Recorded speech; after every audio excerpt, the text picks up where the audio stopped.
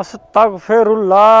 ਇਹ ਡੱਡੂ ਚਾਰਜਰ ਕਿੰਨਾ ਵੱਡਾ ਝੂਠ ਬੋਲਦੀ ਵੀ ਪਾਕਿਸਤਾਨ ਦਾ ਵੀ ਇੱਕ ਨਵੀਂ ਨਸਲ ਮਰੀਮ ਨਵਾਜ਼ ਨੂੰ ਆਪਣਾ ਰੋਲ ਮਾਡਲ ਸਮਝਦੀ ਏ। ਉਹ ਬੀਬੀ ਜਾਣਦੇ ਕਿਸੇ ਨੂੰ, ਉਹ ਜਿਹੜੀ ਨਸਲ ਆਪਣਾ ਰੋਲ ਮਾਡਲ ਸਮਝਦੀ ਨਾ, ਉਹ 4 ਮਹੀਨਿਆਂ ਦੀ ਪੈਦਾਵਾਰ ਏ। ਰੋਲ ਮਾਡਲ ਬਣਨ ਵਾਸਤੇ ਬੜੀ ਮਿਹਨਤ ਕਰਨੀ ਪੈਂਦੀ ਏ। ਸਿਆਸਤ ਵਿਰਾਸਤ 'ਚ ਨਹੀਂ ਲੈ ਕੇ ਆਣੀ ਪੈਂਦੀ, ਆਪਣੇ ਪਲਿਓ ਕੁਝ ਗਵਾਉਣਾ ਪੈਂਦਾ ਹੈ। ਆ ਮਿਹਨਤ ਕਰਨੀ ਪੈਂਦੀ ਹੈ, ਦਿਨ ਰਾਤ ਇੱਕ ਕਰਨਾ ਪੈਂਦਾ ਹੈ, ਇਮਾਨਦਾਰੀ ਦੀ ਮਿਸਾਲ ਕਾਇਮ ਕਰਨੀ ਪੈਂਦੀ ਹੈ, ਫਿਰ ਜਾ ਕੇ ਰੋਲ ਮਾਡਲ ਬੰਦਾ ਬਣਦਾ ਹੈ। ਉਹ ਮਾਸ਼ਾਅੱਲਾ ਤੁਹਾਡੇ 'ਚ ਹੈ ਨਹੀਂ ਜੀ। ਤੁਹਾਡੇ ਕੋਲ ਪੈਸਾ ਹੈ, ਕੁੱਟ ਮਾਰ ਕੇ ਜਿੰਦੇ ਕੋਲ ਮਰਜ਼ੀ ਬਿਆਨ ਦਵਾ ਲਿਆ, ਇਹ ਤੁਹਾਡਾ ਰੋਲ ਮਾਡਲ ਹੈ। ਔਰ ਜਿਹੜੀ ਗੰਦੀ ਨਸਲ ਸਮਝਦੀ ਨਾ ਮਰੀਮ ਨਵਾਜ਼ ਨੂੰ ਆਪਣਾ ਰੋਲ ਮਾਡਲ, ਉਹ 4 ਮਹੀਨੇ ਦੀ ਪੈਦਾਵਾਰ ਹੈ। ਉਹ ਤੇਰੇ ਮੇਰੇ ਰੰਗੇ ਚੱਲਦੇ ਫਿਰਦੀ ਬੰਦੇ ਦੀ ਪੈਦਾਵਾਰ ਹੈ। ਔਰ ਜਿਹੜਾ ਹਲਾਲੀ ਬੰਦਾ ਹੈ, ਪੜ੍ਹਿਆ ਲਿਖਿਆ ਬੰਦਾ ਹੈ ਨਾ, ਉਹਨੂੰ ਹਕੀਕਤ ਦਾ ਸਾਰਾ ਪਤਾ ਹੈ, ਉਹ ਕਿਹਨੂੰ ਸਪੋਰਟ ਕਰਦਾ ਹੈ, ਕਿਹਦੇ ਨਾਲ ਚੱਲਣਾ ਹੈ। ਔਰ ਰੋਲ ਮਾਡਲ ਦੀ ਗੱਲ ਕੀਤੀ ਜਾਵੇ ਤਾਂ ਸਭ ਤੋਂ ਵੱਡਾ ਰੋਲ ਮਾਡਲ ਹਜ਼ਰਤ ਮੁਹੰਮਦ ਮੁਸਤਫਾ ਸੱਲੱਲਾਹੁ अलैहि वसल्लम है। उस तो बाद के दुनिया च ना कोई है ते ना कोई आया।